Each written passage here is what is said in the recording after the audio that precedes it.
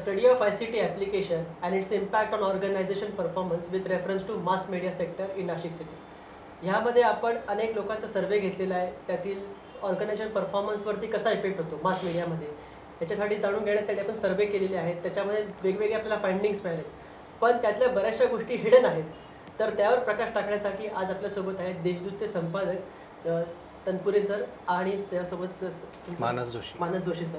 Sir दोघांचा याच्यामध्ये आता गोष्ट अशी आहे की या अभ्यासामध्ये मला असं हवं आहे की तुम्ही सर असा काळ बघितला आहे की जेव्हापासून अक्षर जुळणी झाली ते आजच्या ॲपपर्यंतचा. तर या सगळ्या ॲपमध्ये तुम्ही तो पिरियड आम्हाला सगळा सांगाल का की तेव्हा तुम्ही काय ट्रान्सफॉर्मेशन बघितले? कारण की ही तुमची अशी पिढी आहे की तिने 3 ट्रान्सफॉर्मेशन बघितलेले आहेत, म्हणजे यंत्रापासून ते ॲप्लिकेशन. मी देशदूतमध्येच साधारण 1982 ते 91 असं 8-9 वर्ष होतो. त्यानंतर लोकसत्ता, गावकरी आणि महाराष्ट्र टाइम्स आणि आता पुन्हा एकदा स्वगृही परतलं. तर तो जो काळ होता ना तो खेळे जुळणी म्हणायचं, म्हणजे अक्षर जुळणीपेक्षा खेळे जुळणीचे. तर ती खेळे जुळणी एक पानासारखा सगळा प्रकार असायचा आणि ते खेळे जुळवले जायचे.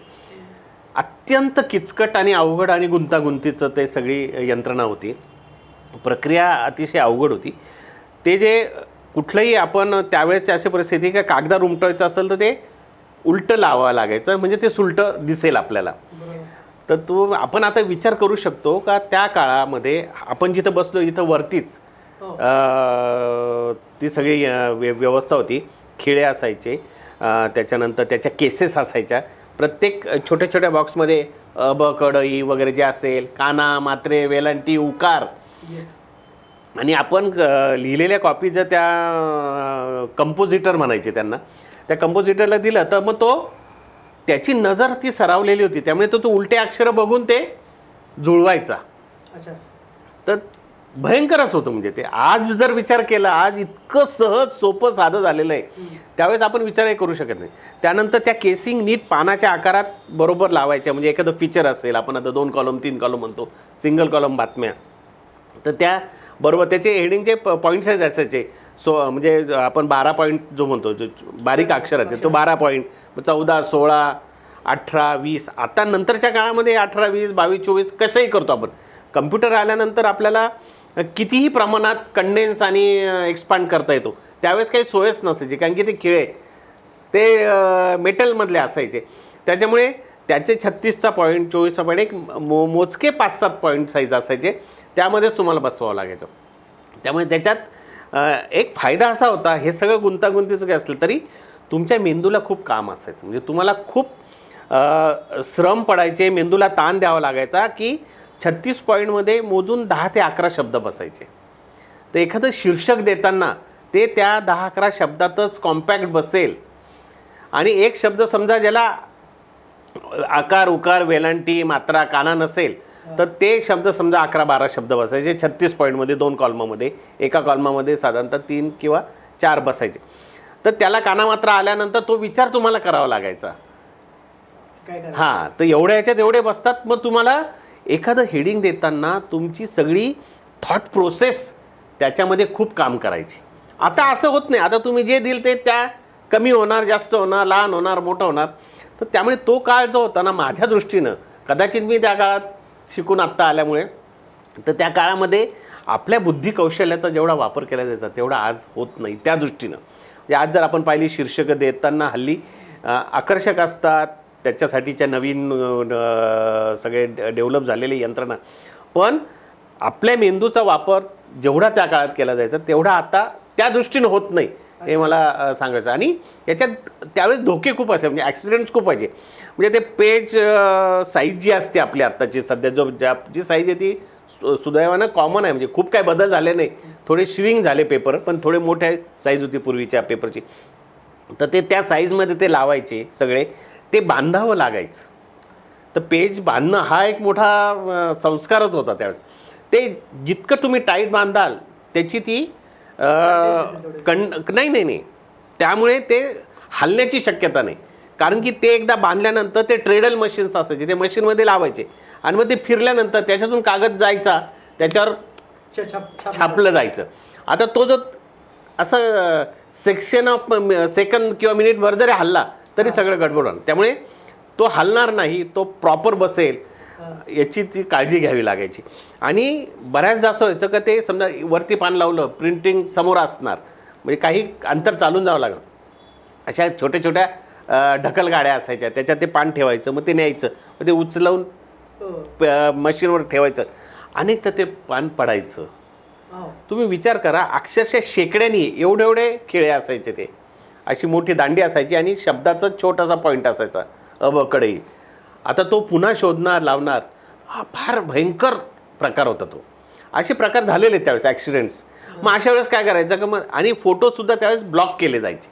त्याची एक स्वतंत्र यंत्रणा नव्हती. आता काय फोटो म्हणजे आपण पटकन येतो, पण त्यावेळेस तो ब्लॉक असायचा. मग तो ब्लॉक करणारी यंत्रणा वेगळी असायची, ती कुठेतरी जाऊन फोटो द्यायचा, मोजकं करावं लागायचं, कारण की त्याचा खर्च परवडायचा नाही. मग असं जर काय गडबड झाली तर एखादा मोठा ब्लॉक करून फोटोचा किंवा हाताशी असलेलं काहीतरी टाकून मोकळं व्हायचं. तर पण तो आनंदाचा काळ मी याच्यासाठी म्हणतो की हा त्रास होता आहे सगळं ठीक आहे, परंतु तुम्हाला विचार करावा लागायचा. आता आपली विचार करण्याची क्षमता जवळपास आपण संपून टाकली आणि ती ॲप्सवर, कम्प्युटरवर त्याच्यावर सोपून टाकलं. त्याच्यामुळे आपण हळूहळू परावलंबी खूप होत चाललो आहे. पण त्यावेळेस असं म्हणायचं झालंय कधी की त्या काळामध्ये की इतकी बातमी छान लिहिली की अक्षरं कमी पडले, अक्षर जुळलीतले? ते होतच ना, कारण अक्षर म्हणजे ते जुळवायला कमी नाही पडायचे, पण तुम्हाला एका ठराविक मर्यादेच्या पलीकडे नाही, फक्त आर्टिकल्स असायचे, ते त्याला इलाज नव्हता तेवढं. पण बातम्या तुम्हाला मर्यादितच द्याव्या लागणार. डेडलाईन काय होती सर त्यावेळेस? त्यावेळेस साधारणतः 11-11:30ची डेडलाईन असायची. नाही नाही नाही, सकाळपासून काम चालू व्हायचं. हां, शिफ्ट्स असायच्या. तुम्ही कागदावर हाताने लिहिलेल्या कॉपीज असायच्या, त्या कॉपीज आपण त्यांच्याकडे दिल्या की मग ते आपले जुळत बसायचे. त्यांच्याही शिफ्ट असायच्या आणि त्यांच्याकडे जबाबदारी, जसं आज पेजिंग नेशनची काही व्यवस्था आहे त्याच्याप्रमाणे ते त्यांच्याकडे जबाबदारी असायच्या. हे पान लावायचं, ते पान लावायचं, ते लावून ते पूर्ण करूनच त्यांना जावं लागायचं. आणि मग तेव्हा दिल्लीवरचे फोटो वगैरे कसे मिळवायचे, म्हणजे जेव्हा ते यायचे तेव्हा काय? नाही, त्याच्यात आता 2-3 प्रकार आहेत. ते की फोटो आपल्याला दिल्लीवरचे न्यूज एजन्सी होत्या, म्हणजे PTI, press trust of India आणि युनायटेड न्यूज ऑफ इंडिया, तर त्यांच्याकडे काही तांत्रिक परिस्थिती त्यांची चांगली होती, म्हणजे त्यांच्याकडून आपण मिळवणार. तर त्यांच्याकडे नेट, त्यावेळेस नेट नव्हतं, परंतु एक काही यांनी यायच्या त्या पद्धतीने, तर त्या पद्धतीचे ब्लॉकच करावं लागणार आपल्याला. पण अगदी सुरुवातीच्या काळामध्ये मोठमोठे नेते यांचे ब्लॉक्स तयार करत ठेवायचे. हां, म्हणजे लायब्ररीज असं जर म्हणाल तर त्यावेळेचे पंतप्रधान असतील, मंत्री असतील, आपल्याकडचे आमदार असतील, यांचे जे फोटो असते त्याचे ब्लॉक तयार ठेवायचे, ते ब्लॉक वापरून घ्यायचे. लाईव्ह फोटोची आजची जी मजा येते त्या काळात असणं शक्यच नव्हतं. एक तर ब्लॅक अँड व्हाईट होतं सगळंच, रंगीत जमाना खूप उशिरा आला, त्यामुळे लोकांनाही त्यामध्ये काही वावगं किंवा काही वेगळे असं वाटायचं नाही. आणि मधल्या काळामध्ये म्हणजे अक्षर जुळणीच्या काळानंतर आणखी 2-3 यंत्रणा आल्या, पण त्या फार काळ चालल्या नाही, कारण की एकदा हे तंत्रज्ञान आल्यानंतर, संगणकाचं तंत्रज्ञान भारतात आल्यानंतर खूप वेगानं आपल्याकडे ती परिस्थिती बदलली. पण मध्यंतरी ब्रोमाइड पेस्टिंग नावाचा प्रकार होता, म्हणजे त्याचं एक स्वतंत्र मशीन असायचं, ते कम्प्युटरसारखंच ऑपरेट करून मग ते पेस्ट करायचं, त्याची फिल्म करायची आणि मग छापाई जायची. त्याच्यातली ॲक्युरसी वाढली. त्याच्यानंतर मी सांगितलं त्याप्रमाणे मग त्याच्यात तुम्हाला हेडिंगची मुबलकता मिळाली, म्हणजे तुम्ही एका कॉलममध्ये पूर्वी 4 शब्दात बसायचे, आता तुम्ही 8ही शब्द बसू शकत होते, कंडेन्स करू शकत होते. आता तर खूपच झालं आहे वगैरे.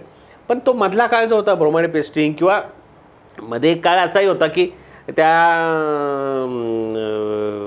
ब्रोमाइडच्या आधी एक असा फिल्म टाईप होती, प्लास्टिकचं पेपर, त्याला तेल लावून मग त्याचे उमटवायचे वगैरे.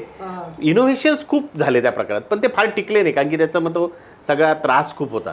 पण खिळे जुळणी नंतर जी काही झालं ते कम्प्युटर आले, मधल्या काळात ब्रोमाइड पेस्टिंग झाले, पण हे सगळ्यात चांगले झाले. पण जेव्हा सगळ्यात पहिले कॉम्प्युटर तुमच्याकडे आला, तुमच्या हातात तुम्हाला कॉम्प्युटर किती साली मिळाला, म्हणजे स्वतःचा ऑपरेट करायला? अरे बाप, मला एक्झॅक्ट साल नाही आठवत, परंतु 92 नाही, 92ला तर मी लोकसत्तात गेलो होतो. लोकसत्तात कम्प्युटर्स आलेले होते त्यावेळेस. येस. आणि सर तेव्हा इफेक्ट काय होता, म्हणजे जेव्हा कम्प्युटर फर्स्ट टाइम हातात आला तेव्हा तुमच्यासारखे अनेक लोक त्याच्या कागदावरून ते इकडे शिफ्ट होणार होते. सो तो ट्रान्सफॉर्मेशनचा पिरियड म्हणजे त्याच्यामुळे सगळ्यात मोठे चॅलेंज काय होतं तुमच्या सगळ्यांसाठी? नाही, एक तर कुठलंही ट्रान्झिशन ज्यावेळेस होतं त्यावेळेस एक प्रकारचा नकार असतो, नवीन शिकावं लागेल आपल्याला, आणि एक भीती पण होती कम्प्युटर आणि या सगळ्या प्रकाराची. मला आठवतं की मी महाराष्ट्र टाइम्सला 2014ला गेलो तेव्हा मी पहिल्यांदा ऑपरेट करायला लागलो. त्याच्या आधी मी गावकरीत होतो, पण मी कम्प्युटर नाही, मी लिहायचोच, मी कॉपीज लिहायचो. आणि माझ्या डोक्यात इतकं फिट्ट बसलेलं होतं की एकदा तुम्ही लिहायला बसल्याशिवाय तुमची थॉट प्रोसेसच चालत नाही. हां, माझ्याकडे कम्प्युटर होतं, घरी मी घेतलं होतं, पण ते एक मनात किंतु असतोच की आपल्याला ते जमेल का नाही, ते शब्द कसं काय, मराठी कसं काय वगैरे वगैरे. त्यामुळे मी खूप आलोप राहिलो त्यापासून. पण महाराष्ट्र टाइम्समध्ये पर्यायच नव्हता, कारण की तिथं इतरत्र कसं होतं का तुम्ही कॉपी लिहिली का ऑपरेटर असायचा, ऑपरेटर करणार, डिझायनर वेगळे असे. टाइम्समध्ये तसं नव्हतं. टाइम्समध्ये तुम्हालाच ऑपरेट करावं लागणार आणि बऱ्याचदा तर तुम्हालाच पेजिंगही करावं लागतं. आता अशी पोझिशन आहे. त्यामुळे मग तिथं गेल्यानंतर तिथंही सुरुवातीला मी काही दिवस सांगायचो आणि मग माझा असिस्टंट टाईप करायचा. पण 1-2 महिन्यात मला असं वाटलं की हे दिस इज नॉट गुड, म्हणून मग मी प्रयत्न केला आणि खूप लवकर मी त्याच्यात तयारही झालो. पण तरी अजूनही मला असं वाटतं का ही जी काही सगळी टेक्नॉलॉजी आहे ना, त्या दृष्टीने आमची जी पिढी आहे ती थोडीशी इम्युन झाली, परंतु त्यातलं जे स्पेशलायझेशन आहे ते करायला फार काही अजून मानसिकता नाही त्याबाबत. असं जे आम्हाला हे मानससारखी सगळी मंडळी असतात नव्या पिढीतली, ते आम्हाला मदत करत असतात. अच्छा सर, तुम्हाला दोघांना आता प्रश्न आहे की त्या काळामधले तुम्हाला बातम्या मिळवण्यासाठी तेव्हा तर मोबाईल नव्हते, तर बातमी घडली हे कळायचं कसं काय हे आत्ता, आणि आत्ताच्या ज्या बातमी तुम्हाला किती फास्ट कळते आणि त्याचं तुम्ही किती फास्ट ऑपरेटिंग करतात, ती पब्लिश व्हायला किती वेळ लागते तुमच्या हातात बातमी मिळाल्यानंतर, हे एक एक करून तुम्ही सांगा. आता त्यावेळेस असं होतं की काही घडलं, आता त्यात ते 2-3 प्रकार आहे. एखादा कार्यक्रम असेल तर त्याची पूर्वसूचना असायची. अपघात झाला असेल समजा मेजर, तर पोलिसांकडून आपल्याला कळू शकायचं. मग ते कळायल्यानंतर माणूस जाणार, किंवा मग पोलिसांवरच अवलंबून पोलिसांनी जी माहिती दिली ती आपला क्राईम रिपोर्टर जाणार, तो घेणार, ती बातमी येणार, ती छापणार दुसऱ्याच दिवशी. हे शहरातलं म्हणजे आपण नाशिकला ऑफिस आहे आणि समजा नाशिक रोडला घडलं, कुठे घडलं, प्रत्येक ठिकाणी रिपोर्टर असायचे. बाहेर गावचे जे रिपोर्टर्स होते सगळे, फोनही मोठे मुश्किलीनं त्यावेळेस असायचे. कोणाकडे फोन असण्याचं कारण नव्हतं, मग पोस्टात जायचं. त्यावेळेस टेलिग्राम करायचे लोक. हां, टेलिग्राम करून महत्त्वाची, आता आपल्याला अंदाज घ्या तुम्ही, टेलिग्राम असेल तर 5-7 अक्षरं, अपघात झाला, 4 ठार, बस. ते तुम्हाला इमॅजिन करायला. हां, मग आपण समजा त्याच्याकडे काही फोनची व्यवस्था असेल तर, नाही तर त्यांनी पोस्टातून फोन करायचा. अच्छा, असं करायचं. किंवा मग तो कितीही महत्त्वाची घटना घडली असं. आता विशेषतः जर आपण पेठ, सुरगाणा अशा दुर्गम भागातली गोष्ट केली, तिथली एखादी घटना 5-5, 7-7, 8-8 दिवसांनी कळायची. किती मेजर असो, अपघातात 2-4, 10 लोक गेलेले असो, काही असो. मग ते घडल्यानंतर अपघात असेल तर पोलीस त्यांचा वायरलेस असतो, त्यामुळे त्यांच्याकडे जाऊन आपल्याला काही माहिती घेता येते. पण ती माहिती घेऊन आपण द्यायचो. पण शहरातल्या काही गोष्टी असायच्या ते आत्ता कळले तरी ते आपण निवांतपणे मिळवू शकायचो. म्हणजे तिथं कॉम्पिटिशन सबसे तेज अशी नव्हतीच. काही झालं तरी तुम्हाला ऑफिसमध्ये यायचं आहे आणि छापायचं दुसऱ्याच दिवशी, म्हणजे आत्ता आपण दिल्यानंतर. त्यामुळे ती जी धावपळ होती ती नसायची त्यावेळेस. आता तसं म्हणजे सरांनी सांगितल्याप्रमाणे जो आधी वेळ लागायचा तसा आता अजिबातच वेळ लागत नाही.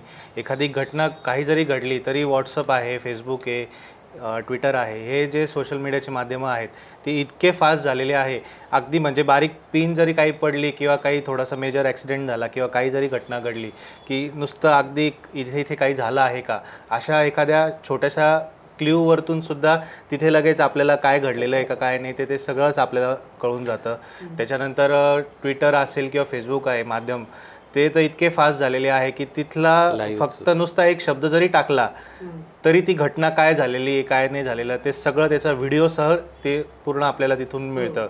आणि त्याची ऑथेंटिसिटीच आपल्याला तपासायची असेल तर मग आपली माध्यमं आहेत, आपले स्वतःचे रिपोर्टर्स आहेत, त्या ठिकाणचे काही ट्रस्टेड सोर्सेस असतात, त्यांच्याकडूनही आपल्याला ती ट्रस्टेड माहिती तशी मिळतेच. फक्त आणि काही एकदम अशा मेजर घटना असतील किंवा काही हॅपनिंग घडलेल्या असतील तर त्या आपण गव्हर्नमेंटच्या ऑफिशियल काही ज्या वेबसाईट्स असतात किंवा काही त्यांचे हँडल्स असतात तर त्यांच्याकडून जोपर्यंत कन्फर्मेशन येत नाही तोपर्यंत मग आपण ती बातमी घेण्यापुरता आपण थांबतो. इन केस आपल्याकडचे रिपोर्टर्स तेवढे जर अगदी शुअर असतील त्या घटनेबाबत, तर त्यांच्याकडूनही आपण लगेच ती बातमी कन्फर्म करून आणि ती आपण तशी सोशल मीडियावर आपण घेऊ शकतो. याच्यामध्ये मधली एक यंत्रणा परत झाली, म्हणजे नंतर फोन आलेत, फोन नंतर फॅक्स मशीन्स आलेत. Yes sir. मधल्या काळात मध्येच काहीतरी पेजर नावाची एक सिस्टम आली, ती अत्यंत म्हणजे त्याचा अपमृत्यू म्हणजे गर्भपात झाला असं म्हणता येईल एका टेक्नॉलॉजीचा, वर्षभर सुद्धा राहिले नाही. नंतर मोबाईल्स आलेत, परंतु फॅक्सचा आणि टेलिप्रिंटर्स असायचे. तर टेलिप्रिंटर्स हे वेगवेगळे, आता समजा गावकरीचं किंवा देशूचं ऑफिस समजा साठवण्याला आहे, म्हणजे त्यावेळेस तालुक्या लेवलला ऑफिसेस नसायचे, पण धुळ्यात आहे, जळगावला आहे, मग तिथं टेलिप्रिंटरला ऑपरेटर असायचा, मग तो ऑपरेट टक टक टक टक करायचे. मग ते इकडे म्हणजे जसा टेलिग्राम येतो तशी टेलिप्रिंटरची सिस्टीम होती, ती बरीच काळ चालली, म्हणजे त्याच्यातून खूप काही एडिशन्स निघत गेल्या. त्याच्यानंतर मग फॅक्स मशीन्स आले.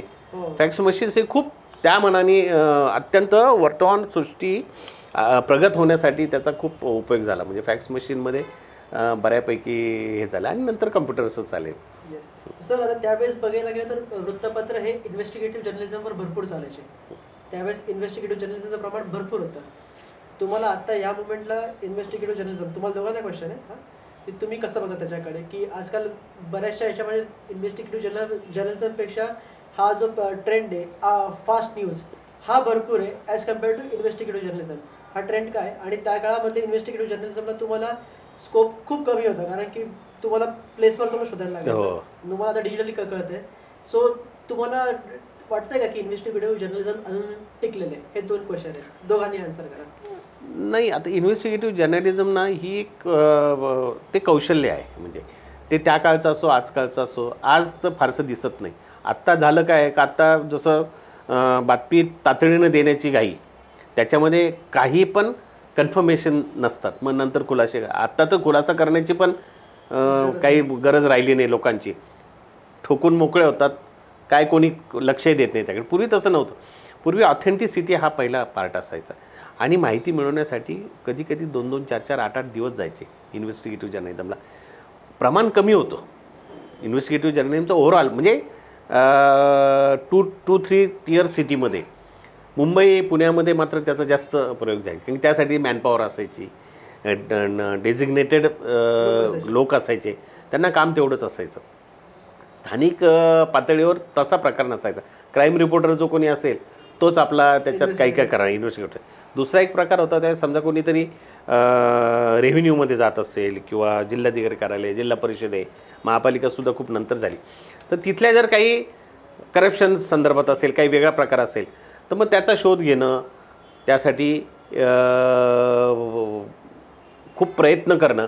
त्या काळाचा दुसरा एक प्रकार असा होता का, गावं छोटी होती आणि सगळ्यांचेच सगळ्यांशी खूप संबंध असायचे, आणि मग त्या संबंधाचा एक ताण किंवा एक तणाव असायचा की हे आपले लोक आहेत, ही मोठी माणसं आहेत, किंवा कलेक्टर खूपच बॉस असायचा, किंवा इथले पोलीस त्यावेळेस आयुक्त नव्हते, जिल्हा पोलीस प्रमुख असायचे, किंवा साधं इन्स्पेक्टरवर सुद्धा हे असायचं. मग अशा सगळ्या प्रभावांना म्हणजे ते त्रासच द्यायचे अशातला भाग नाही, पण त्यांना काय वाटेल, त्यावेळेस समाजाभिमुखता खूप होती.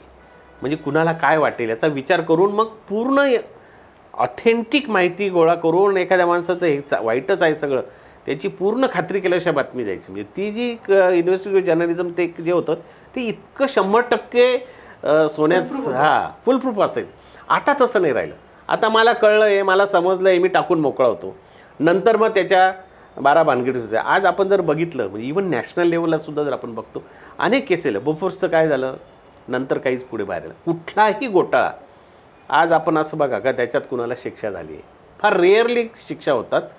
त्याचं कारण असं का त्या लेवलपर्यंत जात नाही आहेत लोक, तेवढा पेशन्स राहिलेला नाही आजच्या सर्व एकूणच सगळ्यांनाच. म्हणजे लोकांनाही राहिला नाही, पत्रकारांनाही राहिला नाही. मग जे हाताशी मिळालं ते एकदाच मोकळं व्हायचं फार रेअर आहे. म्हणजे मला याच्यात BBC विशेष उल्लेख करावा लागेल की BBC भारतात आल्यानंतर ते फक्त इन्व्हेस्टिगेटिव्ह आणि त्यातही डिटेल स्टोरीज, केवळ इन्व्हेस्टिगेशन नाही पण इन्फॉर्मेटिव्ह हा प्रकार अलीकडे त्यांनी खूप चांगला वापरला आहे, आणि त्यांनी खऱ्या अर्थानं लोकांचं भलं करत असतील असं मला वाटतं. की एखादी घटना घडल्यानंतर त्याचे प्रो अँड कॉज, त्याचे डिटेलिंग करणं, त्याच्या आणि सगळ्यात महत्त्वाचं म्हणजे का तुम्ही क्लिअर असणं, तुमची जी काही मॉरॅलिटी असेल, तुमची जी काही वैचारिकता असेल वेगवेगळ्या इझमबद्दल, त्यामध्ये ते न पडता जे आहे ते तुम्हाला दाखवण्याचा प्रयत्न करतात. बा समजा मार्मिक काय म्हणतो, मानसचं असं म्हणणं आहे, आमचं म्हणणं असं आहे, आणि हे तुम्ही निर्णय घ्या, म्हणजे खरं आहे का खोटं आहे का चांगलं आहे का वाईट आहे.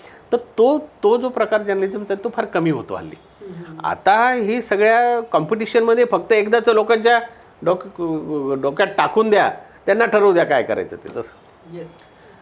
सरांनी आता जसा मुद्दा सांगितला अगदी म्हणजे लेटेस्ट उदाहरण जे आपण इन्व्हेस्टिव्ह जर्नलिझमचं सांगू शकतो तर ते आहे हिंडेनबर्गचा अदानीचा अहवाल होता, जो त्याच्याने खूपच खळबळ माजली अख्ख्या जगामध्ये.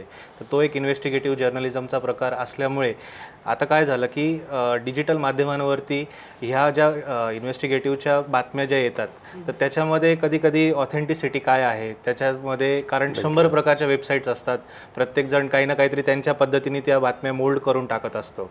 त्याच्यामुळे एक्झॅक्ट ते प्रकरण नेमकं काय आहे काय नाही ते फक्त जी ॲक्च्युली जी वृत्तसंस्था आहे त्यांनाच खरं ते माहिती असतं. प्रत्येकजण मोल्ड करत एक तर बिझी असतो, त्याच्यामध्ये जी मूळ गोष्ट राहिलेली असते ती साईडला राहून जाते. आणि त्याच्यामुळे इन्व्हेस्टिगेटिव्ह जर्नलिझमचा पार्ट डिजिटल माध्यमांच्या दृष्टीने हा कुठेतरी वेगळ्याच ठिकाणी तो राहून जातो.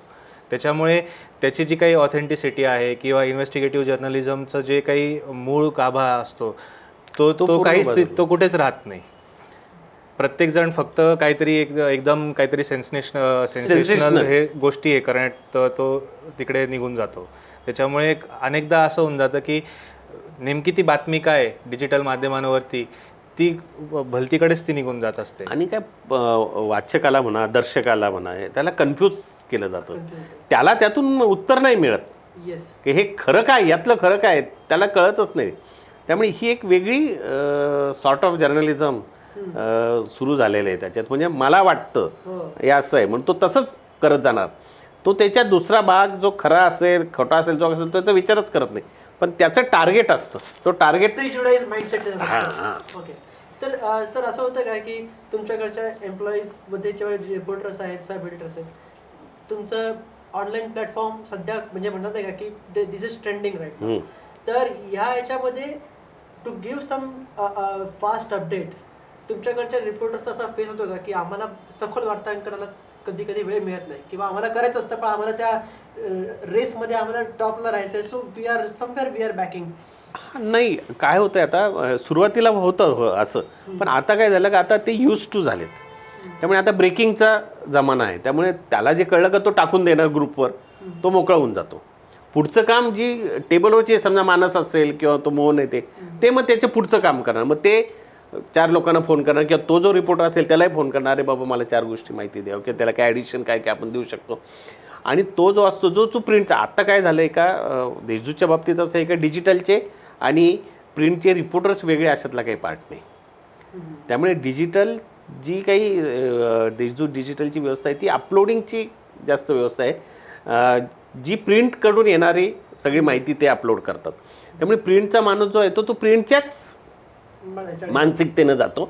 मग तो आधी ब्रेकिंग देतो, तो माहिती पाठवतो, फोटोग्राफ असेल तो त्या ग्रुपवर टाकून देतो आणि मग ते बाकी त्याचं डिटेलिंग करत राहतात. ते काम टेबलवरच्या लोकांचं वाटतं तसं झालेलं आहे. आपलं मुळात देशदूतची ऑथेंटिसिटी बातमीची इतकी प्रचंड आहे की जोपर्यंत देशदूतवरती बातमी आली नाही तोपर्यंत ती बातमी खरी का नाही ह्याची इथून विचारणा होत असते लोकांची. कारण काही वेळेला अशा काही वेबसाईट्स आहेत की झटकन बातमी सोडून देतात, त्याची ऑथेंटिसिटी बघत नाही, काहीच नाही, नंतर त्यांना ते रिव्हर्स यावं लागतं. त्याच्यामुळे देशदूतनी एकच आपण हे केलेलं आहे की भले 5 मिनटं उशीर का होईना, आम्हाला घाई नाही आहे, पण त्या बातमीची ऑथेंटिसिटी आम्ही तपासून सगळ्या फॅक्ट्स चेक करून मगच आम्ही ती बातमी पुढे ती सोडत असतो. त्याच्यामुळे आमच्या रिपोर्टर्सवरती एवढा भरोसा आहे की भले 5 मिनटं लेट होईना, आम्ही व्यवस्थित ती बातमी कव्हर करून तिचं सगळं फुल फ्लेश देऊन सगळं विथ फोटो व्हिडिओज जे काय असतील ट्विट्स सगळं ते चेक करून मगच ती आम्ही अपलोड करतो. त्याच्यामुळे तो एक बॅकिंग आम्हाला खूप चांगला आहे डिजिटल. त्याच्यात ट्रान्सपरन्सी एक राहते आणि विश्वासार्हतेचा सगळ्यात जो मोठा मुद्दा आहे तो तिथं ते. त्यामुळे देशदूतच्या व्ह्युअरशिप असेल देशदूत डिजिटलची किंवा ऑनलाईनची ती खूप आहे.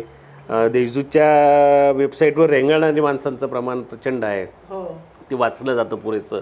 म्हणजे आता नाशिकच्या क्रेडाई या बांधकाम बिल्डरांच्या संस्थेला देशदूतबरोबर टायअप करून एक पॉडकास्ट करावा असं वाटला, याचं कारणच त्या विश्वासार्हतेत आहे. एक्झॅक्टली. हां, तर यामध्ये असं काही होतं का की सर की म्हणतात नाही का की तुम्ही जो कोड आहे तो काहीतरी ब्रेक केलेला आहे ऑनलाईनचा, so what other institution are feeling in that की ते तुम्ही तिकडे नीट करतात ते असं काय? विश्वासार्हता, नाही, विश्वासार्ह क्रेडिटेबिलिटी आहे क्रेडिबिलिटी आहे मेन म्हणजे आमची. आणि व्हरायटी ऑफ न्यूज आहे. जसं आता की बुवा पब्लिसिटीसाठी म्हणून सेन्सिटाईज करायचं नाही सगळ्या गोष्टी. डिजिटल प्लॅटफॉर्म हल्ली काय झालं का काहीतरी तुम्ही सेन्सिटाईज केल्याशिवाय लोक तुमच्यापर्यंत जातच नाही. तर ते लोकांनी यावं यासाठी काहीही करायचं नाही हे तत्व देशदूतने सुरुवातीपासून अंगी बांधलं आणि आता त्याला लोक यूज टू झालेत. ते तुम्हाला एखादी बातमी आली समजा तर त्याच्यातलं काहीतरी काढून लोकांना सेन्सिटाईज करायचं किंवा त्याला अटॅक करायचं तसं होत नाही. म्हणजे खूप रेअरली अशा काही बातम्या असतात का त्याचं तुम्हाला काय तुम्ही आता शब्द वापरला तो क्लिक बेल्टचा, रेअरली आपण त्याचा यूज करतो. पण तो करावा लागतो, हा भाग वेगळा आता कॉम्पिटिशनमुळे. पण आपल्या दर्शकाचा, आपल्या व्ह्युअरचा, आपल्या वाचकाचा गैरसमज होता कामा नये याची मात्र काळजी निश्चितपणे घेतली जाते आणि ते कल्चर म्हणून देशदूतमध्ये डेव्हलप झालं. ओके. तर सर मग आता ह्या ह्याच्यामध्ये दोघंही आन्सर की म्हणतात नाही का की व्ह्युअरशिप वाढवण्यासाठी सगळ्यात जास्त तुमचा कोणता प्लॅटफॉर्म ट्रेंडवरती आहे, की वेबसाईट आहे, अपडेट्स वगैरे त्याच्या ॲप्सवरती आहे का यूट्यूबवरती आहे, काय आहे की जे सगळ्यात ट्रेंडिंग? मला वाटतं मानस जास्त टेक्निकली त्यात सांगू शकेल. आता सध्याच्या आपल्या ह्याच्यावरती वेबसाईट हा आपला मेन गाभा आहे, त्याच्यामध्ये त्याचा बेस आहे, त्याच्यावरती सगळ्यात जास्त व्ह्युअरशिप त्याचीच असते. त्याला सपोर्टिव्ह आपण इंस्टाग्राम असेल, फेसबुक आहे, ट्विटर आहे, या त्या तिघांचाही सपोर्ट आपण वेबसाईटला दिलेला असतो. कारण त्याच्यावरती जोपर्यंत आपण बातम्या शेअर करत नाही, त्याची पब्लिसिटी करत नाही, तोपर्यंत जो बाहेरचा ऑडियन्स आहे तो वेबसाईटवरती व्हिजिट करत नाही. आपली इंटरनल तशी यंत्रणा आहे, व्हॉट्सअप ग्रुप्स असतात, बरेचसे आपण बाकीच्याही प्लॅटफॉर्मचा यूज करत असतो. बट अदर दॅन ह्या प्रत्येक सोशल मीडिया प्लॅटफॉर्मचा आपल्याला वेबसाईटला तो संदर्भ द्यावाच लागतो. त्याच्यामुळे जी आउटसाईडची म्हणजे अदर दॅन नाशिक असेल किंवा इंडियाच्या बाहेरची काही पब्लिक असेल तर त्या लोकांना आपल्याला अट्रॅक्ट करण्यासाठी आपल्याला ह्या सगळ्या गोष्टींचा सोशल मीडियाचा हा प्लॅटफॉर्मचा आपल्याला बेस घ्यावाच लागतो. आणि त्यात सगळ्यात महत्त्वाचं कसं आहे का आपले गावोगावी वार्ताहर आहेत. Yes. आता सगळे लोक ह्या सोशल मीडियामुळे खूप तसे टेक्नॉलॉजिकली ओके झाले, म्हणजे छान झाले.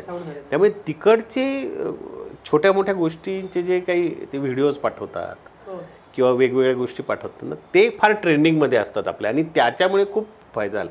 म्हणजे आता कळवणमध्ये एका उधळलेल्या बैलांनी त्या पोलिसाला हे केलं नाही, आधी त्या बाईला महिलेला उडवलं आणि आधी नाही का वृद्धाला हे केलं त्यांनी, नंतर महिला केलं. पण पहिला जो होता तो अनेक ठिकाणी सोशल मीडियावर तो व्हिडिओ आला, पण आपण थोडीशी त्याची काळजी घेऊन खात्री करून नंतर टाकला. तर मला असं वाटतं काही कोटीच्या घरात गेला तो, त्याची व्ह्युअरशिप कोटीच्या घरात आहे. आता तो सगळेजण देत होते तरी सुद्धा देशदूतच्या याला गेला, कारण की देशदूतची ओरिजिनली व्ह्युअरशिप जी आहे तीच इतकी आहे का त्यामुळे ती आणखी मल्टिप्लाय होत गेली. तसंच सप्तशृंगी देवीच्या नवरात्र माळीचा पहिला माळीला पूजा जी असते त्याचा व्हिडिओ तो किती, तो 20-25 लाखाच्या आसपास त्याला व्ह्यूज गेलेले आहेत. फक्त कर्टन ओपनिंगचा आणि देवीचं दर्शनाचा एवढाच फक्त व्हिडिओ आहे. हां, पण त्यातून आता कसं आहे म्हणजे आता तू हे सगळं डिटेलिंग करतो तर त्याच्यातून हे पण आपल्याला कळतं की बा लोक धार्मिकता लोकांची वाढली, लोकांना बा देवीचं नुसतं दर्शन पहिल्या दिवस झालं त्याच्यातलं जे समाधान आहे ते बा देशदूतमुळे मिळालं. मग त्याच्या हा पार्ट आहे. आणि आपल्या भागातल्या वाचकांची किंवा एकूणच यातली व्ह्युअरशिपच्या नको त्या गोष्टीच्या नादी लागण्यापेक्षा हा जो काही पार्ट आहे लोकांचा कनेक्ट ठेवणं, त्याच्या मानसिकतेशी त्याच्या इमोशनशी आपण जोडून घेणं, हा फरक आहे. मग सर आता ह्याचे माणसं तुम्ही दोघे द्या की जेव्हा आता आपण ह्या सगळ्या गोष्टी करतोय तर समवेअर टू अपडेट्समध्ये घुसण्यासाठी किंवा अपडेट्स तुम्ही अजून फास्ट देण्यासाठी तुम्ही AI चा वापर करतात का? मीन्स फॉर एक्झाम्पल मला जर का सप्तशृंगी गडावरची बातमी द्यायची आहे, सो आता हे उद्घाटन झालं, यांनी पूजा केली वगैरे, सो मी फक्त ट्यूज टाकून त्याची एक बातमी ChatGPT वर तयार होते. So do you use that? नाही सध्या तरी नाही. आणि त्याच्या मागचं कारण काय, म्हणजे नाही तर का नाही आणि हो तर का काय? नाही, अजून कसं आलंय की मराठीमध्ये AI चा तेवढा पाहिजे तसा हे आलेला नाहीये, ट्रेंड आलेला नाहीये. आलेला आहे, बऱ्यापैकी आलेला आहे, पण ती जी बातमीची जी काही ऑथेंटिसिटी असते किंवा काय असतं, तर ते AI जो काही आपला रिपोर्टर देणार आहे ते AI नाही देऊ शकत. त्याच्यामुळे AI चा वापर ठीक आहे, आपण फोटोज क्रिएट करण्यासाठी किंवा इमेजिंग व्हिडिओजचं ते करण्यासाठी आपण तसं करू शकतो, बट बातमीच्या बाबतीत तरी अजून तरी तशी आपल्याला तेवढी गरजही पडली नाही. कारण की बाकीचं जे आपण जे लाईव्ह जे करतो, जे ओरिजिनल आहे त्यालाच इतकाच लोकांचा सपोर्ट आहे. तू एक खरं आहे की त्याचा वापर केला तर कदाचित आणखी मल्टिप्लाय होऊ शकतो, परंतु सध्या तरी तो काही केलेला नाही. पण तो आता आज न उद्या तो करावा लागणार, भविष्यामध्ये काही त्याला पर्याय नाही नसेल. आणि आता असं मी बघतोय की जेव्हा मी जर का देशदूतची न्यूज बघायला घेतली आणि जर का ती फॉर एक्झाम्पल एका XYZ साईडची असेल, XYZ साईडची किंवा लेफ्ट असेल तर राईट असेल, सो तुम्ही असा पॅटर्न बघतात का की जर का मी उद्धव ठाकरेंची न्यूज बघितली तर मला कंटिन्युअस उद्धव ठाकरेंच्याच न्यूज येतात, असा पॅटर्न तयार झालेला आहे. सो तुम्ही तो पॅटर्न फील करतात का? म्हणजे तुम्हाला पण तो एक्सपिरियन्स आला आहे का? कारण की बऱ्याचशा लोकांनी सभेवर सांगितले की एकदा आम्ही एका साईडची न्यूज बघायला घेतली की आम्हाला त्याच साईडच्या न्यूज दिसायला लागतात. So do you experience it? तुम्ही बघितल्या अशा न्यूज तुमच्या रील्सवरती वगैरे? रील्समध्ये वगैरे आपण आता जनरली जे काही AI चे काही अल्गोरिदम्स वगैरे असतात तर त्याच्यामुळे तर तो येतो, बट न्यूजमध्ये अजून तरी तसा आमच्या तरी बघण्यामध्ये आलेला नाही आहे. हां, जर असा असेल ट्रेंडिंग तर ते म्हणजे जर द्यायचा असेल व्ह्युअर्सचं जर काही मागणी असेल तशी तर आपण ती फुलफिल करू शकतो इन फ्युचरमध्ये. तसं पण त्याचं आहे ना, म्हणजे मला असं वाटतं ते थोडंसं कमर्शियल अँगल सुद्धा आहे काही, असं मला वाटतं बऱ्याचदा की समजा कुठल्या तरी इझमचं, जर सपोज एखाद्या पॉलिटिकल लीडर्स असेल किंवा पॉलिटिकल पार्टीज असेल त्यांच्या संबंधित काय आलं तर त्यांच्याकडून डिमांड्स असतात का हे व्हावं, की ते अल्गोरिदमला ते काहीतरी पुरवत असतील तर ती जी यंत्र आहे तो माणूस कळाला असतो की तो कोणत्या त्याच पद्धतीने तेच येतात, ह्याच्या पुढचा क्वेश्चन सजेशन्स येतात. तुम्ही अॅनालिटिक्सचा वापर करतात, तुम्ही बऱ्याचदा ह्याच्यामध्ये बघतात की मला आमची ही न्यूज ट्रेंडिंग मध्ये झाली आहे, सो तुम्ही त्या टाईपच्या न्यूज कधी त्याच्यानंतर तो पॅटर्न क्रिएट करायचा प्रयत्न केला का? करावा लागतो तो. आता फॉर एक्झाम्पल देशदूतमध्ये लोकलच्या बातम्या खूप जास्त चालतात, त्याच्यामुळे आम्हाला लोकलचा बातम्यांना खूप जास्त त्याला प्रेफरन्स द्यावा लागतो. आणि लोकलच्या बातम्या, एक बातमी साधी क्राईमची जरी टाकली तर त्याला क्राईमच्या रिलेटेडच बातम्या बऱ्याचशा आम्हाला त्याला सपोर्टिव्ह द्याव्या लागतात.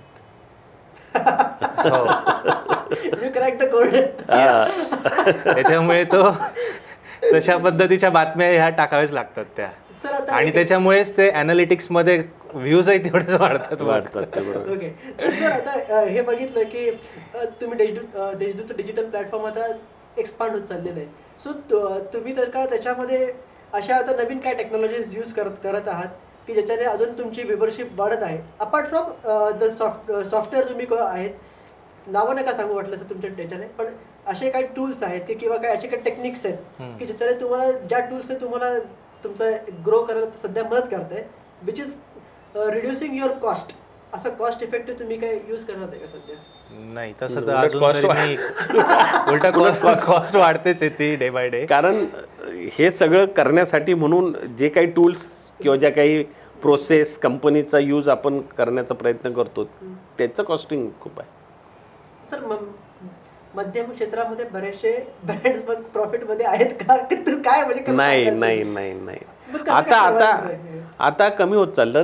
तिथं ज्या ॲड्सचा जो काही एक्सपेक्टेशन आहे त्याच्यावरच होतं, आणि तुमची व्ह्यूवरशिप कशी होती त्या गुगल त्याला जे काही पैसे देतो, पण ते इतकं नॉमिनल आहे सध्या तरी.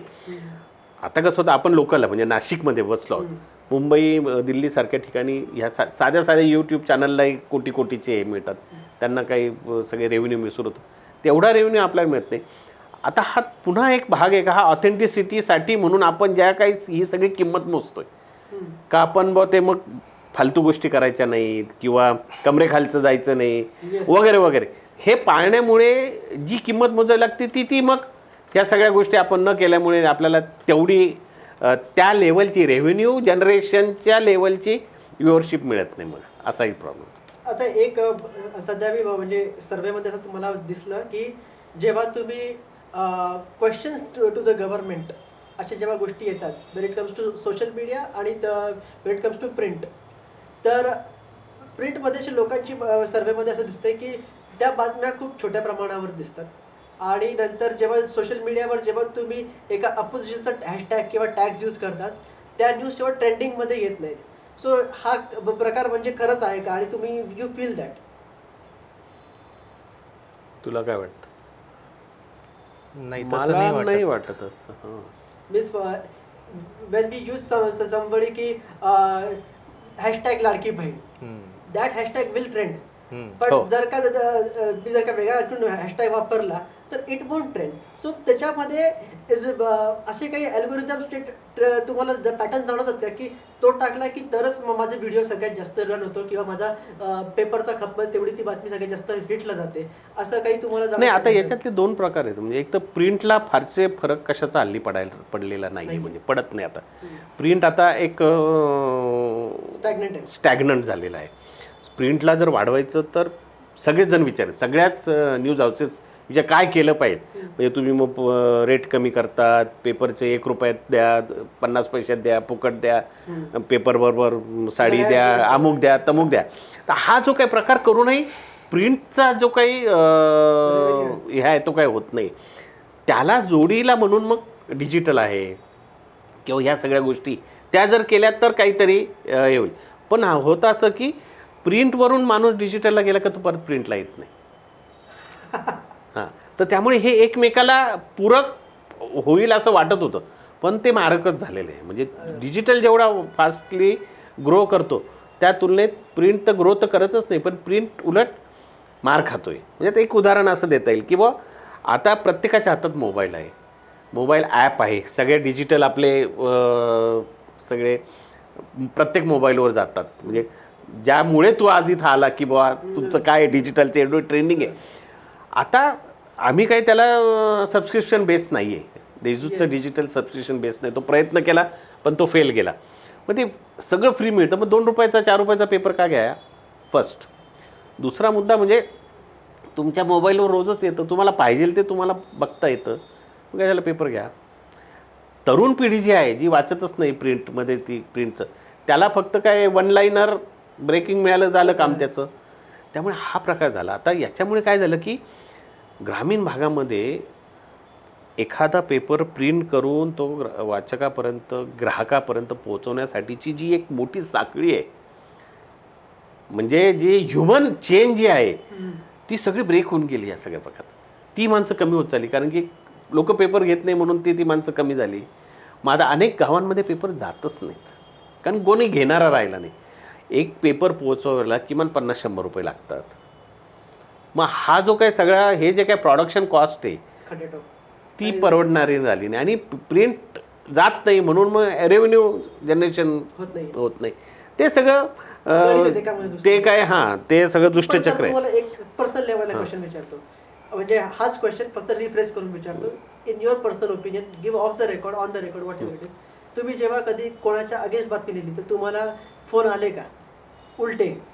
म्हणजे आजकाल पत्रकारांवर एक प्रकारचं प्रेशर आहे. So indirectly you feel that some time? नाही, मला नाही आले कधी.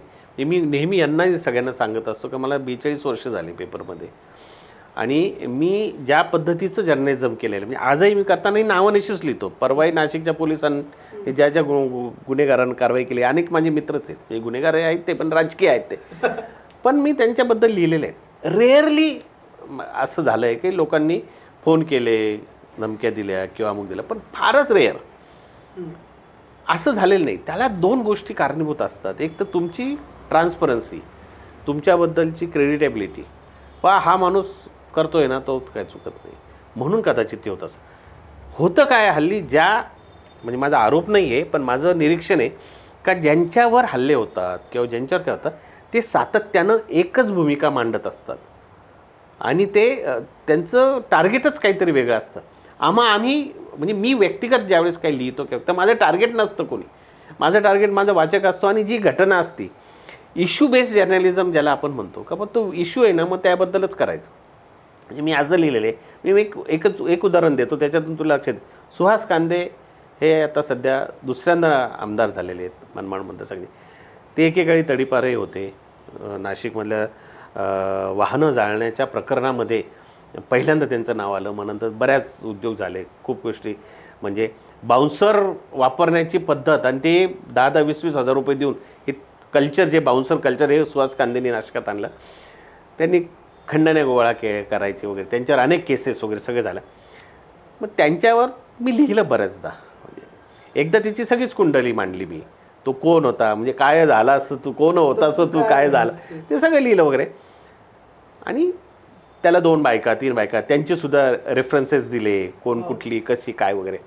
त्याचा फोन आला मला, म्हणे साहेब मला तुम्हाला भेटायचं. आता त्यावेळेस त्याची जी काही एकूण दहशत होती तर ती आता, पण तो माझ्याशी गोड बोलला, प्रेमाने बोलला. त्याच्या आधी त्याच्या बायकोचा, म्हणजे लग्नाची जी बायको, तिचा भावाचा फोन आला तर साहेब म्हणे तुम्ही हे सगळे लिहिता, मग ते असे तसे. म्हटलं काही नाही, पण तोही माझ्याशी प्रेमाने बोलला. हा माझ्याशी बाकायदा फोन करून भेटायला वेळ मागितली आणि तो आला. पण तो आला असा, साऊथ पिक्चरमध्ये जशा एक 5-50 व्हिलन जसा येतो आणि ते दारं सगळे बाउन्सर्स सगळे, प्रत्येक सगळ्या गाड्या काळ्या. त्यावेळची स्कॉर्पिओ ही फार फेमस, याला झाले 15-20 वर्ष झाले. तर ते मी त्यावेळेस गावकरीत होतो आणि रविवार कारंजापासून गाड्यांची लाईन लागली एका पाठीमागे आणि दणादण उतरले. तो उतरून यायच्या आत त्याचे सगळे बाउन्सर्स गावकरीच्या प्रत्येक जिन्यात एक पायरी सोडून एकीकडे असे करून त्यांच्यामधून तो चालत आला. ऑफिसमधले सगळे घाबरले, प्रचंड घाबरले. पोलिसांना फोन करा, हे करा, ते करा. मग माझ्या ऑफिसमध्ये मला कडं केलं सगळ्यांनी केबिनमध्ये येऊन. तर मी त्यांना म्हटलं काहीच काळजी करू, तो मला फोन करून बाकायदा भेटायला आलेला आहे, तुम्ही काळजी नाही सर, त्याची काय गॅरंटी. अरे म्हटलं जा तुम्ही. तो आला, मग त्यांनी सगळ्यांना त्याच्या बाउन्सरलाही सांगितलं जा तुम्ही. तो माझ्याशी 2 तास बसला. त्यांनी त्याची पूर्ण जीवन कहाणी माझ्याशी सांगितली वगैरे सगळं झालं. तो प्रेमाने निघून गेला. झालं, तो येऊन गेला. फक्त काय बोलणं झालं नाही, पण तो येऊन गेला हे सुद्धा मी दुसऱ्या आठवड्यात लगेच लिहिलं. सुहास कांदे आले, चर्चा झाली, अमुक झालं तमुक झालं. इतकी ट्रान्सपरन्सी मी ठेवली. आणि नंतर त्यांनी, अर्थात त्याचा जो काय गुण अवगुण असेल तो, त्याच्यामुळे सिन्नरचे भैरवनाथ नागरी सहकारी पतसंस्था आहे, त्याच्या लोक डुबवली होती ती. तर ते दिघोळेंनी त्याच्याकडे दिली ती, म्हणजे त्याला तिथं चेअरमन केलं वगैरे. त्याने दमबाजी करून ते सगळे पैसे वसूल केले, ती पतसंस्था चालू झाली.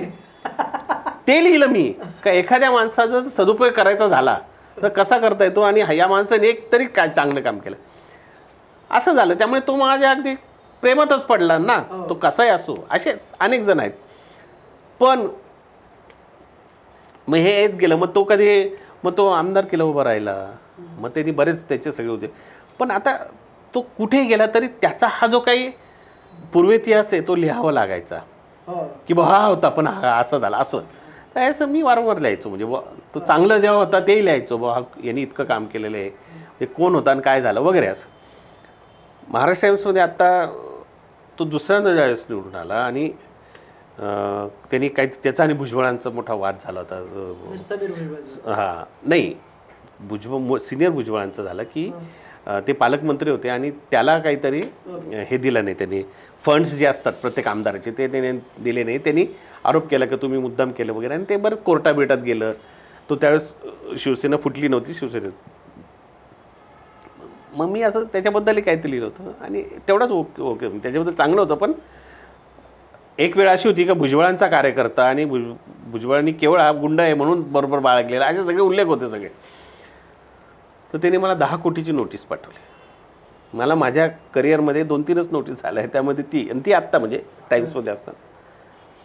आणि मग त्या दिवसापासून तो खूप नाराजच झाला माझ्याकडे. पण आता काय टाईम्स होतं, टाईम्सने त्याला हे केलं वगैरे झालं. मग नंतर आता परवाच त्यांनी फोन केला, सॉरी साहेब नाही तुम्ही, त्याचं म्हणणं असं होतं की आता मी सगळं सोडलेलं आहे, मला जनतेने माझ्यावर शिक्कामोर्तब केलेले आहे, सगळ्या केसमधून मी नील झालो, तरी तुम्ही ते का लिहितात. मी त्याला एकच सांगितलं का माणसाला भविष्य घडवता येतं पण इतिहास पुसता येत नाही. तुझा इतिहास कधीच पुसला जाणार नाही. तू जेव्हा जेव्हा आला तर तुझं गुगल केलं का ते येणारच. तर गप बसला, काही झालं नाही. पण मारायला कोणी आलं असं कधीच झालं नाही. हां, उलटं आलं काहीतरी ॲडजस्टमेंट करा अशासाठी लोक यायचे. किंवा काही लोक तर आमच्याबद्दल काहीतरी चुकीचं इन द सेन्स आम्हाला झोडणारं, आमच्यावर टीका करणार, लिहा पण तुम्ही लिहा, असंही झालं. म्हणजे पण वाईट अनुभव नाही आला मला कधीच. तुम्ही आता सध्याची स्थिती कशी बघतात माध्यमांची या मोमेंटला सर, दोघे जण म्हणजे? माझ्या दृष्टीनं तर अवघडच आहे सगळी परिस्थिती. आणि ज्या पद्धतीचं एकूण वातावरण आहे महाराष्ट्रात असेल, देशभरात असेल, वरवर सगळं छान छान चांगलं आहे. पण तुम्ही थोडं काही वेगळी भूमिका घेतली तर मग ते तुम्हाला ट्रोल करणं किंवा तुम्हाला त्रास देणं हे सगळं सुरू होतं. मला सुदैवानं त्रास कधी झाला नाही याही अशाही प्रकारात. पण एका वेगळ्या पद्धतीचं वातावरण जे दिसतं आहे ते मात्र आहे, ते चुकीचं आहे, काळजी वाढवणारं आहे, वाईट आहे पण. म्हणजे आणि आपण आता बघितलं की बुवा सगळे गुंडपुंडांना तुम्ही म्हणजे विरोध हा पूर्ण मोडूनच काढायचा. म्हणजे विरोधी पक्ष असेल, विरोधी विचार असेल, तो अस्तित्वातच ठेवायचा नाही. ही जी वृत्ती नाही, ही हिटलर वृत्ती आहे. आणि भारतासारख्या लोकशाही प्रधान देशामध्ये हे सगळं वाढीला लागणं हे फार गंभीर आहे. म्हणजे ती काळजीचा भाग आम्हाला वाटतो, जे आम्ही एवढं सगळं पाहत आलो, कधी आम्हाला कोणी काही बोलले नाही, आजही बोलतात अशा भाग नाही. पण आज वेगळ्या पद्धतीनं ते दाखवून देण्याचा प्रयत्न करतात. मग तुम्हाला ते कॉर्नरिंग करतील. समजा 4 ठिकाणी तुम्हाला बोलवलं जात असेल, मग आता तुम्हाला ते बोलवणारच नाही, ते निग्लेक्ट करतील. किंवा ते तुम्हाला, आता मी बऱ्याच कमिट्यांवर होतो गव्हर्नमेंटच्या, किंवा कुठले पुरस्कार वेगवेगळ्या संस्था देतात, अगदी सावानापासून वगैरे, त्या पुरस्कार समितीवर होतो, निवड समितीवर होतो. आता मला कुठल्याच मी कमिटीवर नाही किंवा घेत नाही. कदाचित ते रुटीन असेल, म्हणजे आय डोंट नो. पण आपल्याला मानणारी किंवा आपल्या विचारसरणीत न बसणारी मंडळी असेल ती बाजूला ठेवा, असं होऊ शकतं. म्हणजे असं एक कंपू तयार होतो. आपण कंपूबाजी बघतो ते सध्या. सर आता एक म्हणजे सेकंड लास्ट 2 ते 3 क्वेश्चन की तुम्हाला असं आहे की how you see the future of media आणि how you see the future of digital media, and तुम्ही त्याच्यामध्ये पुढे कसे ग्रोथ करणार आहे किंवा कोणत्या टेक्नॉलॉजी किंवा कोणते, दोघेही याचा आन्सर देऊ शकतात की काय फ्युचर काय बघतात तुम्ही डिजिटल मीडिया वाईज तुमच्या ऑर्गनायझेशनचं, किंवा तुम्ही याच्यामध्ये नवीन कोणते आता प्रकार आणणार आहेत ते, आणि how you see the future of overall media. नाही, फीचर तसं ग्रीम आहे, म्हणजे काळजी करण्यासारखं आहे. कारण कोणत्याही वर्तमानपत्राला त्याचं सर्क्युलेशन जसं वाढतं तसं त्याला रेव्हेन्यू वाढत जातो. आता असं झालं आहे का स्टॅग्नेशन झालं आहे, केवळ स्टॅग्नेशनच नाही पण रिसायडिंग आहे, म्हणजे कमी होत चाललं, रिक्लाइन. हां, आणि त्यामुळे आजचा काळ जो डिजिटलचा काळ आहे किंवा अतिशय टेक्नोक्रॅट आहे, टेक्नॉलॉजीमुळे ऑडिओ व्हिज्युअलचा जो काही एक पगडा साध्या लोकांवर बसला आहे, त्यामुळे त्याला ते प्रिंटचं महत्त्व हा काही प्रकार राहिलेला नाही. त्याच्यामुळे तो असं दुहेरी मार ज्याला म्हणतो तो झालेला आहे. त्याच्यामुळे आपण बघत असाल तर प्रत्येक मीडिया हाऊसमध्ये डिजिटल प्लस प्रिंट असं एक काहीतरी कॉम्बिनेशन करण्याचा ते प्रयत्न करतात. परंतु मला असं वाटतं की आणखी एक किमान 5-10 वर्ष तरी प्रिंटला मरण नाही आहे. आपण जर पूर्ण जगाचा जर विचार केला, विशेषतः आपण अमेरिका म्हणा किंवा युरोपमधलं बघितलं, तर तिथंसुद्धा हा काळ याला म्हणजे ज्याला स्थित्यंतराचा काळ म्हणतो आपण, रेनेसान्स वगैरे, तर तिथं हे सगळं आलं. आजही लोक तिथं सगळे मोबाईलवरच बघतात बरं सगळं, पण प्रिंटही टिकून आहे तिथं. डिटेल जर्नलिझम किंवा डिटेल इन्फॉर्मेशनसाठी प्रिंट गुड आहे. आता प्रश्न एवढाच आहे की आपली पुढची पिढी जी आहे तिला किती डिटेलिंगमध्ये इंटरेस्ट निर्माण करू शकते. आपली शैक्षणिक व्यवस्था, यंत्रणा, त्याच्यावर प्रिंट किती टिकेल, 15 वर्षाचं 20 वर्ष जाईल का, हा फक्त मुख्य भाग आहे. पण डिटेलिंगमध्ये ऑथेंटिसिटीसाठी म्हणून प्रिंटला पर्याय नाही आजही. हा माझा, आणि तो एक आशेचा किरण मला असं वाटतो का दुनियादारी झाली. आता तुला आठवत असेल की टी व्ही आला तेव्हासुद्धा ही चर्चा झाली का आता प्रिंट संपलं. त्याच्यानंतर 24 तास लाईव्ह चॅनल्स आलेत. म्हणजे आधी टी व्ही आला तो फक्त एंटरटेनमेंटसाठी आला, नंतरचा आला तो न्यूज चॅनल्स आले, नंतर ते 24 न्यूज चॅनल आले, त्याचा एकदम असं. पण त्याच्यामुळे न्यूज प्रिंटची संख्या कमी झाली, म्हणजे सर्क्युलेशन पॉईंट ऑफ व्ह्यू. पण बंद झाले पेपर, असं नाही झालं. म्हणजे न्यूज प्रिंट आहेच, पेपर चालूच आहे.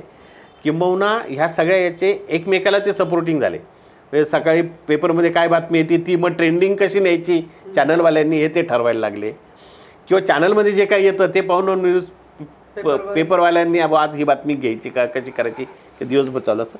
तसे ते एकमेकाला सपोर्ट सिस्टीममध्ये आहेत. फक्त डिटेलिंग आणि याच्यासाठी म्हणून पेपर आजही ओळखला जातो.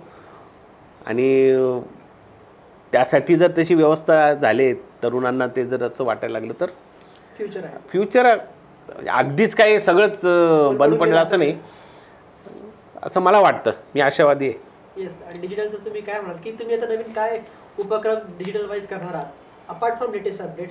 तुमचे फ्युचर प्लॅन्स काय आहेत आणि काय, म्हणजे डिटेलमध्ये या सेक्टरमध्ये आम्ही घुसणार आहोत किंवा नवीन आम्ही असे काही, आता जसं तुमचा पॉडकास्ट आहे, so what is the next update किंवा on ground reporting, what is the next update? नाही, आता डिजिटल मीडिया हा रोज काही ना काहीतरी अपडेट करतच असतो. त्याच्यामुळे आज पॉडकास्ट आहे, आता येणाऱ्या काळामध्ये इलेक्शन्स आहे. इलेक्शन्सच्या दृष्टीने आता प्रत्येक पॉलिटिकल हॅपनिंग्ज असतात, त्यांच्या दृष्टीने काही इंटरव्ह्यूज असतात, त्यांचे लाईव्ज असतात, काही अजून काही डिटेलिंग त्याच्यामध्ये काही काही करण्याचा आमचाही अजून प्लॅनिंग चाललेलं आहे. तर तसं काही अगदी एकाच ठिकाणी आम्ही तसं काही थांबून नसणार आहोत. त्याच्यामध्ये अपडेशन रोजच्या रोज आम्ही ती काहीतरी करणारच आहोत आणि ती थॉट प्रोसेस तर कंटिन्युअसली आमची तशी चालणारच आहे. आणि जसं सरांनी सांगितलं की अजूनही प्रिंटला काही 10-15 वर्ष तरी मरण नसणार आहे. कारण डिजिटलला पण काहीतरी रोज खाद्य नवीन लागतच असतं. तुम्ही अगदी म्हणजे बघितलं असेल तर सामनाची थोडक्यात आपण जर हेडलाईन बघितली तर सामना प्रिंटमध्ये आला की त्याचे इलेक्ट्रॉनिक मीडियावाले त्याची हेडलाईन करतात. तीच हेडलाईन इकडे डिजिटलला पण होत असते, ट्रेंडिंगला जाते, ती रोज ट्रेंडिंगला जातच असते.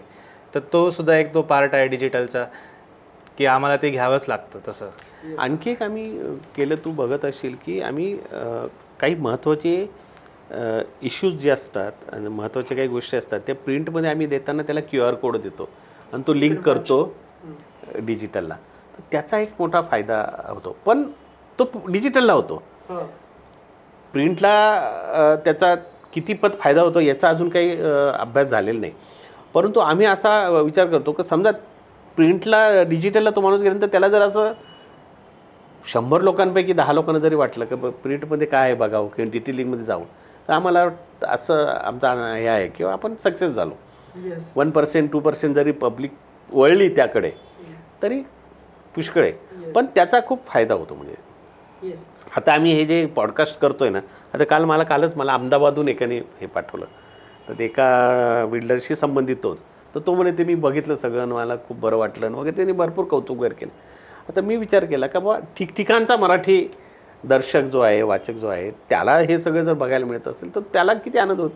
मग त्यालाही का, त्याला मग तो रिकॉल देशदूत, मग त्याचं लहानपण असेल, मग इथला मीडिया वगैरे, तर हे जेवढं मल्टिप्लाय होत जाईल तेवढी मग एक त्या प्रिंटची म्हणा किंवा त्या मीडियाची ती ऑथेंटिसिटी हा भाग असतो, तो वाढत जातो. एक तुम्हाला प्रत्येक सजेशन म्हणून सांगितलं का, मीन्स आता आपण हे शब्दच इंटरव्ह्यू प्रत्येक सजेशन म्हणून की आता बघा तुम्ही एवढं सगळं तो काळ उलगडून दाखवला तुम्ही, तर तुम्ही एवढे काळ बघितले आहेत, तर हे फक्त मला कळलं आता. अनफॉर्च्युनेटली हे आपण काय पब्लिश नाही करत, कारण की ऑफ द रेकॉर्ड आहे सगळ्या गोष्टी. पण उद्या जर का मला हे गोष्टी जर का असेल तर मी how can Gen Z will come to know what you did, right? किंवा तेव्हाचं नाशिक कसं होतं हे अजून कोणालाच माहिती नाही. ते आपण आणि होतं असं की इंटरव्ह्यू मधनं तुम्हाला मी जे क्वेश्चन विचारेल तेच तुम्हाला उत्तर द्यायला, you can not go apart from that. So तुम्ही हा प्रयत्न का नाही करत त्याच्यामध्ये की हा तुमचं जसं राजकारणचा जो एक आहे वर्गात, यू शुड मीन्स ते सध्या ट्रेंडिंग मध्ये आहेत की त्या गोष्टी जेनझी त्यांना ते जसं ध्रुव राठीला बघतात ते आज, तसं प्रत्येकाची बातमी मागची न्यूज तुम्हाला जे आहेत at least once you can try that for an example. नाही, ॲक्च्युली हा जो असा म्हणजे फॉर एक्झाम्पल जसं ध्रुव राठीचा तुम्ही हे केलं होतं, त्याला एक्सप्लेनर व्हिडिओजचा तो एक पार्ट म्हणतात, तर तो आम्ही ट्राय केला पण होता. बट काही टेक्निकल गोष्टी, मॅन पॉवर या सगळ्या गोष्टींमुळे आम्हाला तो टेक्नोसॅव्ही पण त्याला लागतं. हा Once तर in तो a month थांबावा करायला हरकत लागेल. नाही तुम्हाला 12 ची सिरीज आणि वन्स इन अ मंथ तुम्हाला ती मॅनपॉवर बघते आता मला खूप लोकांनी सांगितलं की तू हे सगळं सोडून दे, आणि channel तुझ्याकडे नाही चॅनल स्वतःचं पॉडकास्ट. तेच मी बोलत होतो तुम्हाला. इतकं आहे. आता बोलताना सांगतो, आता नाशिकमध्ये मी एकमेव माणूस आहे की सगळे चॅनलवाले माझे इंटरव्ह्यू घ्यायला येतात. Yes, sir. कुठलंही पॉलिटिकल काही असलं की त्यांना माहिती याच्याकडे सगळं मिळून जातं.